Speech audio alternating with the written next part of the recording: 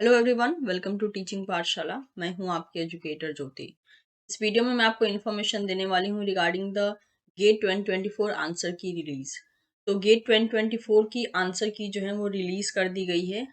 कुछ दिन पहले ही जो है रिस्पॉन्स शीट रिलीज की गई थी। That is on Friday evening जो है आपकी रिस्पॉन्स शीट रिलीज हो गई थी, जिसमें कि आपने अपना रिस्पॉन्स सबमिट किया है। यानी गेट के एग्जाम में जो आप आंसर मार्क करके आए थे वो पेपर जो है ऑलरेडी रिलीज कर दिया गया था। तो मैं उम्मीद करती हूँ कि आपने रिस्पॉन्स शीट डाउनलोड कर लिया होगा।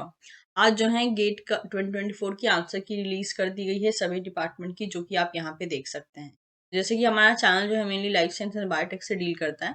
यू कैन सी ईयर की लाइफ साइंस की भी की रिलीज कर दी गई है, साथ ही साथ जो है बायोटेक की भी की रिलीज कर दी गई है।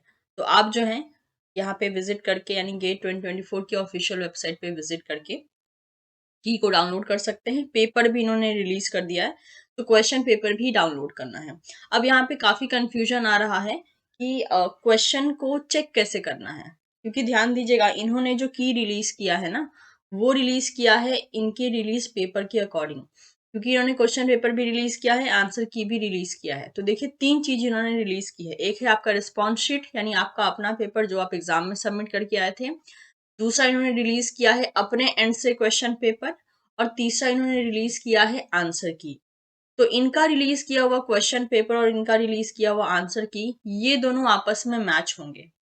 आपका जो पेपर है, आपका जो रिस्पॉन्स शीट है, उसके क्वेश्चन नंबर एग्जैक्टली आपको पेपर में देखने को मतलब सेम टू सेम टैली करने को नहीं मिलेगा। जैसे कि मैं इसको एग्जांपल देके बताती हूँ।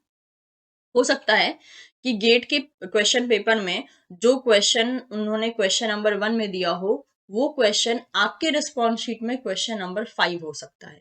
एक ये चेंज हो सकता है।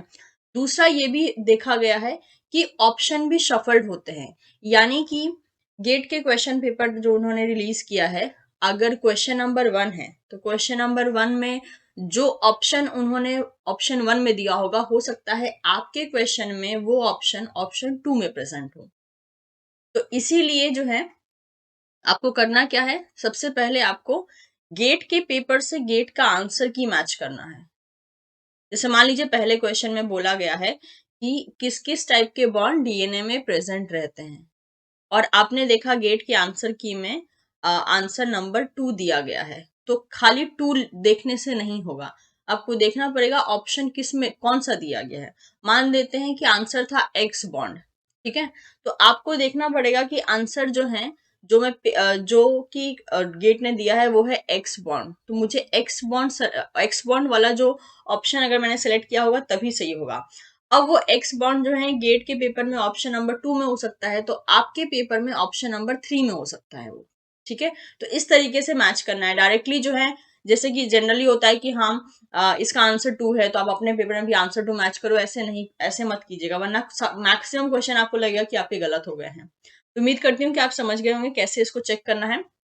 ऑप्शन वाइज या क्वेश्चन नंबर वाइज नहीं करना है, क्वेश्चन वाइज करना है। यानी क्वेश्चन पढ़िए, उस क्वेश्चन को फिर अपने पेपर से टैली कीजिए और फिर देखिए कि गेट ने ऑप्शन जो है कौन सा ऑप्शन सही किया है, वो ऑप्शन क्या आपने किया है या नहीं किया है। वो ऑप्शन नंबर आपके पेपर में अलग हो सकता है, गेट के पेपर में अलग हो सकता है। लेकिन अगेन आई एम सेइंग कि जो आंसर की है और जो क्वेश्चन पेपर है, इन ये दोनों आपस में जो है कॉम्प्लीमेंट करेंगे। लेकिन आपको इनके कॉम्प्लीमेंट के अकॉर्डिंग आपको अपना पेपर चेक करना होगा। I hope this is getting clear to everyone. तो आप अपने आंसर को चेक कीजिए और देखिए कि आपके कितने मार्क्स बन रहे हैं। और आप कमेंट सेक्शन में भी अपने मार्क्स को जो है शेयर कर सकते हैं। इसका लिंक मैं आपको डिस्क्रिप्शन बॉक्स में दे दूंगी।